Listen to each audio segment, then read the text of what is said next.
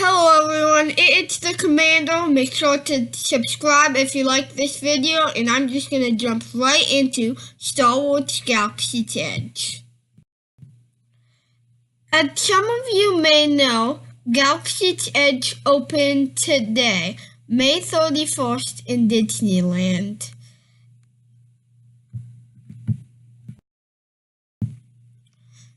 It features a variety of shops, restaurants, and interactions to help you enjoy your experience at your counter to having only one ride. Galaxy's Edge is an incredibly immersive land, and we're going to talk about each part in high detail.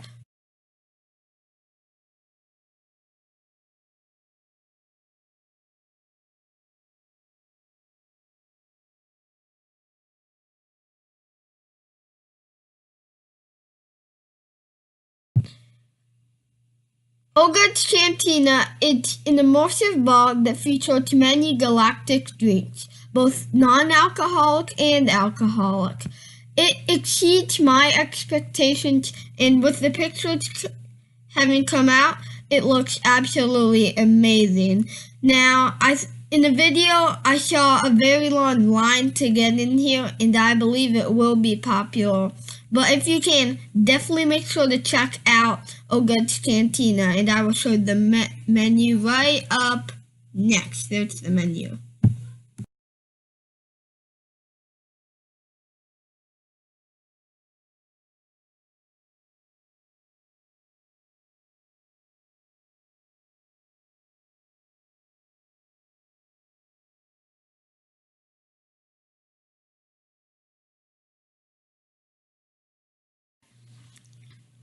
Now, I know the Coca-Cola product bottles do look great, and they look very good, and they're rare only to the land. And you will be disappointed because the price of these, get ready, $5. And these are not big bottles. So here's why I think it's up there. It's the bottle. It's the bottle and the shape. You can only get it here. So, take my advice and only buy this one time. If you're going back, I don't think you need to buy it. You have blue milk and other drinks in the land. Get it, and I think you can save the bottles as a souvenir. So, take my advice with that and save the bottle.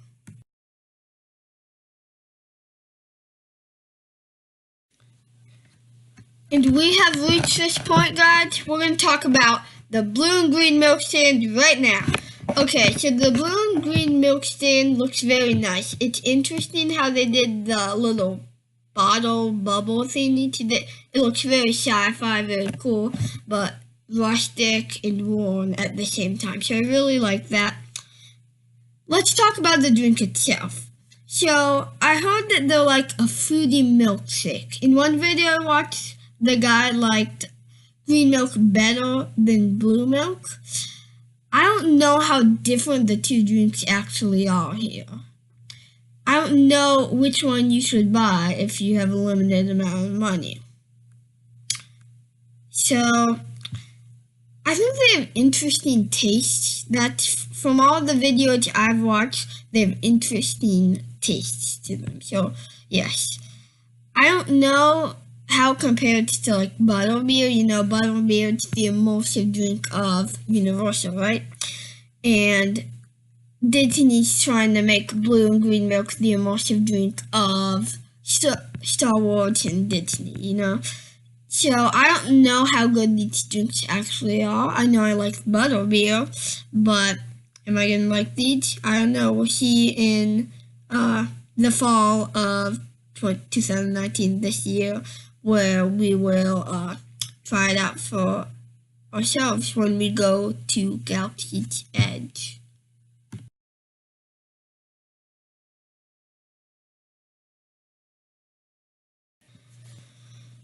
And now we are on to food. So we're going to look at Docking Bay 7 Food and Cargo. So this is for doing quick service and sit down together. It's not like table service, so they don't serve you, but you get your food and then you sit at the table inside. And when you're like eating, it's more like a restaurant, I believe, than a cafeteria. I'm not sure, but they said like sit down quick service. While Ronto Roasted, the other food service I'm going to talk about next, it's more of just you take it and go, pretty much. So yeah, the food here looks great. I'll put a menu up now. Okay, so we have the fried and durian tip yip, the Felucian garden spread, the Yob shrimp noodle salad, the smoked kadu ribs, and that is all I can find. I'm sure there's more. That's all on the menu. So there's not really any real kids food. They say that a kids menu, but it's more of like adult foods from what I can see. Just I think less food for a cheaper price. So I think like I don't know if adults could just order off the kids menu with that. I mean, that could work. I mean, save you some money. Yeah. But the food here looks very good. It looks immersive. I know that's weird. The food looks immersive. Yes, but it's what you would expect to see in Star Wars, and the drinks add to that as well. I really like what Disney is doing with Galaxy's Edge here, and I am so excited to go there myself. Now, this is Ronto Rosso. It's the other quick service restaurant in the land. You can see in the picture we have some stormtroopers patrolling the land, which we will get into later in this video, so stay tuned. And Ronto Rosso does not offer much food from what I've seen, like only 2 things. So Dock and Bay 7 has the bulk of the food here, but it is very cool. In the center you have a droid running, cooking the food, and I'm going to show you that now. And this droid, it's yet another immersive detail in Star Wars Galaxy's Edge. So you guys that think, oh, they're just gonna take my money with all the lightsaber stuff and the only ride there it's a video game. Wait right there, because you can just look around at all the immersive things. So I think that's very cool. A very cool addition to Disney.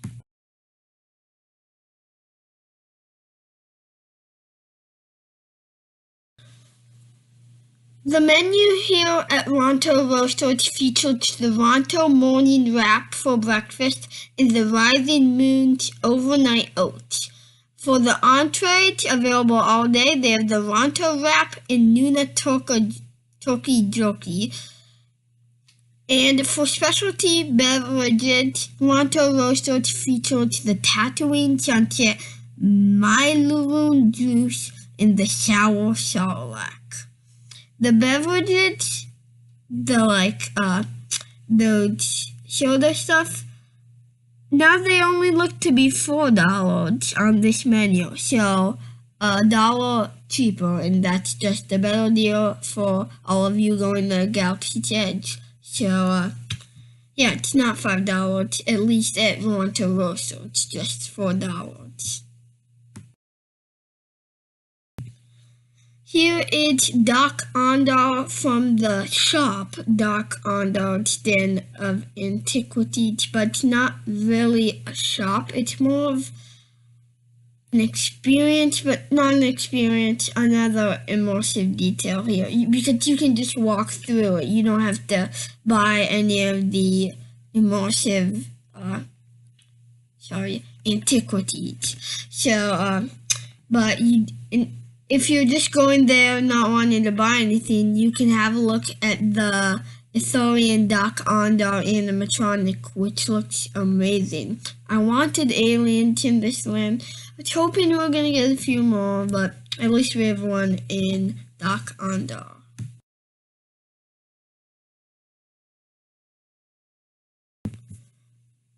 One of the most anticipated experiences at Galaxy's Edge is Savvy's Workshop lightsabers. And these look good.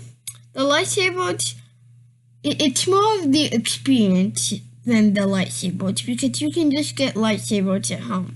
The special thing about this is that you're making your own, you get to decide, and it's an experience. But is it worth the $200?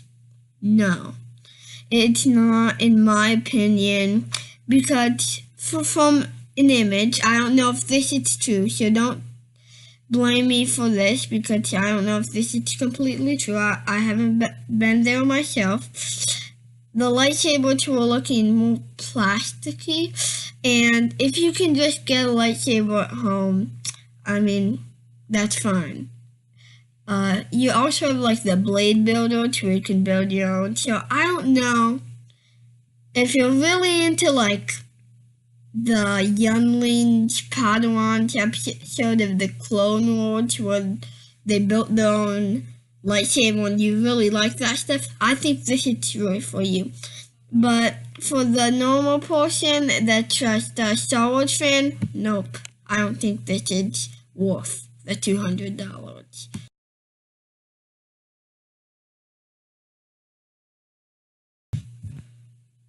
If you guys are like, wait, where are all the like tips and tricks? That's coming towards the end of the video. Right now, I'm going to finish through the merchandise in Galaxy's Edge. We have Droid Depot, which is not as much of an experience as Savvy's Workshop, but it offers customizability, and you get to like play with your own droid after building it. This is amazing. Now the thing is, I don't think I'm going to shell out the $100 for this because I already have one of those BB-8 droids, and I don't know, like, I'll just make my own, but like having two remote control droids, it's maybe money that doesn't need to be spent. But for you guys that like droids, that like Star Wars, this is, don't go wasting your money on Savvy's Workshop. I don't think you should. I think this is the right choice. I mean, it's $100 less, and it looks pretty nice. It does.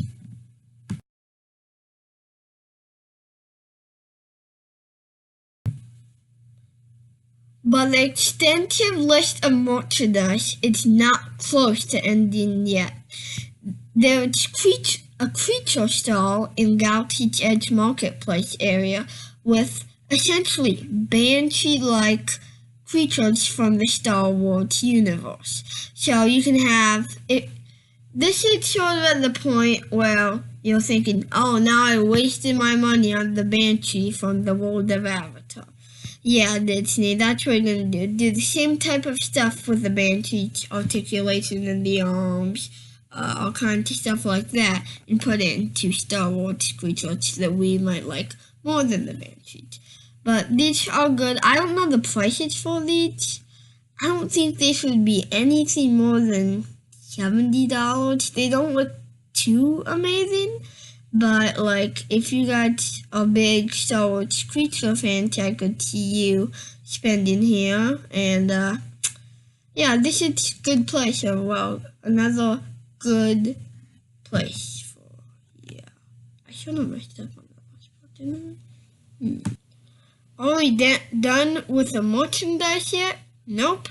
Next up, we have Black Spiral Outfitters, where you can get robes to fit your Star Wars experience at Galaxy's Edge. So this is sort of if you want to further immerse yourself in the Star Wars experience with wearing the proper clothing.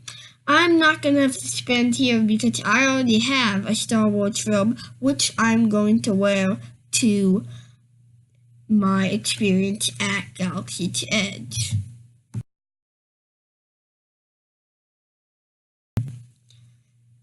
This is finally the final shop that I know of. There might be a little Black Spiral shop, but this is the last one I'm going to go over. this is the Toydarian Toy Maker Shop, which features plush animals to cuddle with from the Star Wars universe and custom, homemade, handmade Star Wars toys. So this is where you get all your toys if you want it, yes. There is a Dianoga by the water fountains, one of the many immersive details in the land. So we're going to hop into talking about how immersive this land is and how it's made immersive. There are stormtroopers constantly patrolling the First Order side of the land, and there's a quote-quote show by the TIE Echelon. That's the new TIE fighter shuttle thingy by the First Order area. So this is Kylo Ren is there, and they say to search the merchants and the travelers, which are like you, the tourists, going to the Galaxy's Edge area. And this, it's an immersive experience because you're like, oh no, they're going to be asking me questions. Oh, and what if I'm a resistance agent? So this is a very good touch Disney put on. The Resistance Forest area in Galaxy's Edge, which is at the farthest left of the Galaxy's Edge area, is a sort of hideaway place that I think will be getting less crowd, so maybe you could hide out there. Does look like there's limited shade over there if there's lots of heat, but this is where the Rise of the Resistance attraction will open, and this is sort of symbolic of the way the Resistance has to constantly hide due to the First Order. In immersivity, Galaxy's Edge tops Harry Potter Wizarding World at Universal, and I think Universal will be striking back with Nintendo Land as a response to Galaxy's Edge.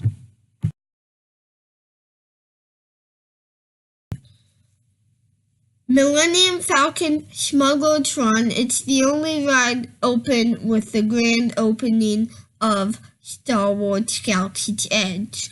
It features a Hondo Onaka animatronics that it's very impressive in one of the show areas, and you get to go on the Millennium Falcon yourself where you explore its hallways where you're held.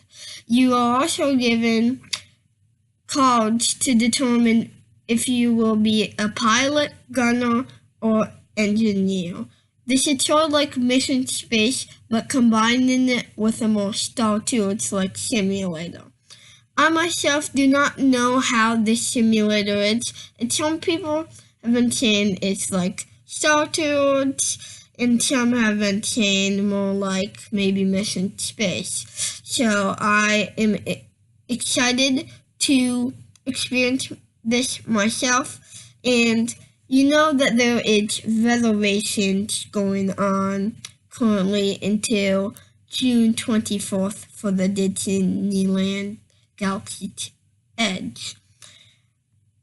When I looked at wait times for Disneyland, I saw that they were under an hour, and I'm surprised. Does Disney not have that many reservations? Or it's it's not lack of popularity. It cannot be, because everybody is so excited for this land. But this is gonna be like what? I'm thinking 4-hour lines for when there's no reservations. So I don't know if maybe Disney was not anticipating the short lines, and like they're managing it better than they expected maybe, and maybe the lines are gonna be maybe shorter than 3 hours. I mean, this might sound a little ridiculous, but I know Star Wars is more popular than Pandora and Avatar and all that, and it's like 2 solid rides, even though one isn't open.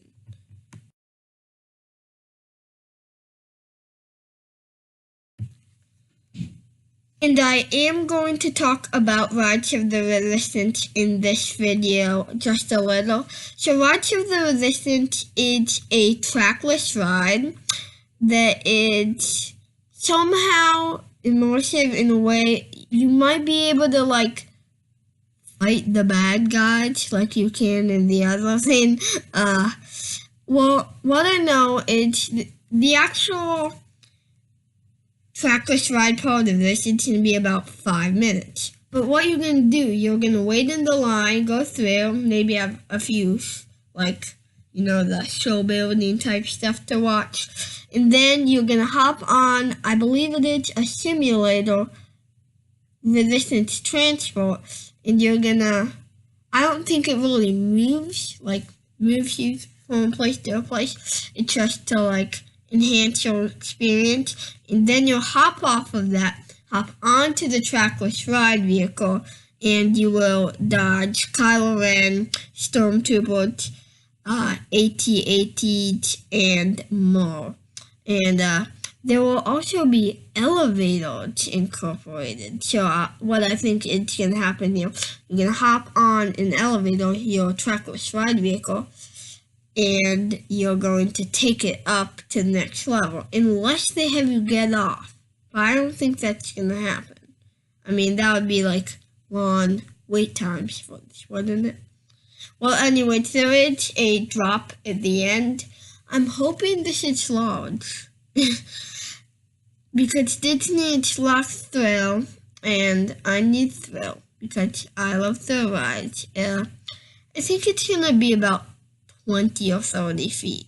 I mean, we've had some rides for Disney that have had 20-foot drops, and they haven't had an intimidating height requirement. Splash Mountain, it's 50 feet, and it's the same as Rise of the Resistance. Now, I don't know how drops go for trackless rides. I actually myself don't think I've ever. No, I have. The Penguins one at SeaWorld. But I haven't been on a trackless ride with a drop, so I don't know what that it's like.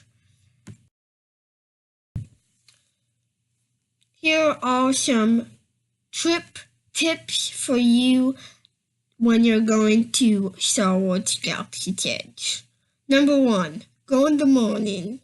I believe the crowds will be lowest in the morning, so go in the morning. They might die down towards nighttime, and I have no idea if there's anything interesting about Galaxy's Edge at nighttime, and I definitely will have to look at that in the future, but definitely make sure you go early.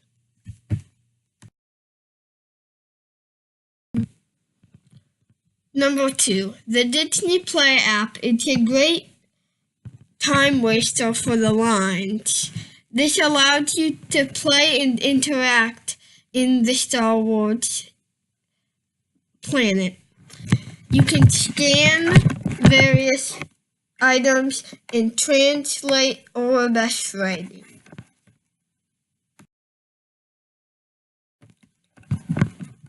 Number 3, in your pass holders have an advantage due to having multiple experiences on the Smuggler's Run ride, which experiences can differ each time due to skill level.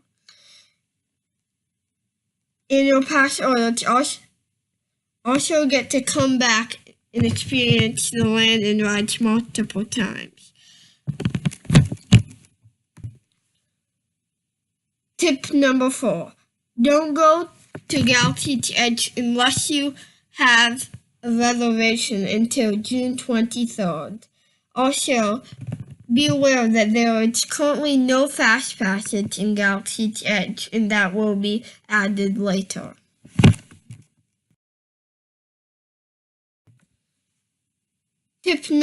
Number 5. Make sure to go to the thing you want to do the most right away when you enter Star Wars Galaxy's Edge so you can complete it.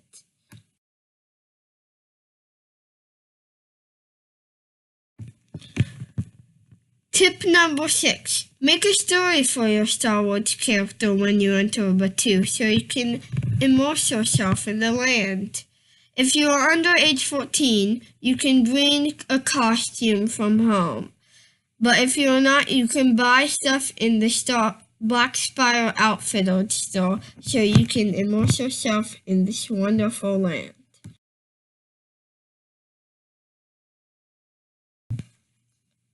Star Wars Galaxy's Edge looks amazing, and I can't wait to experience its immersivity and enjoy the Star Wars life.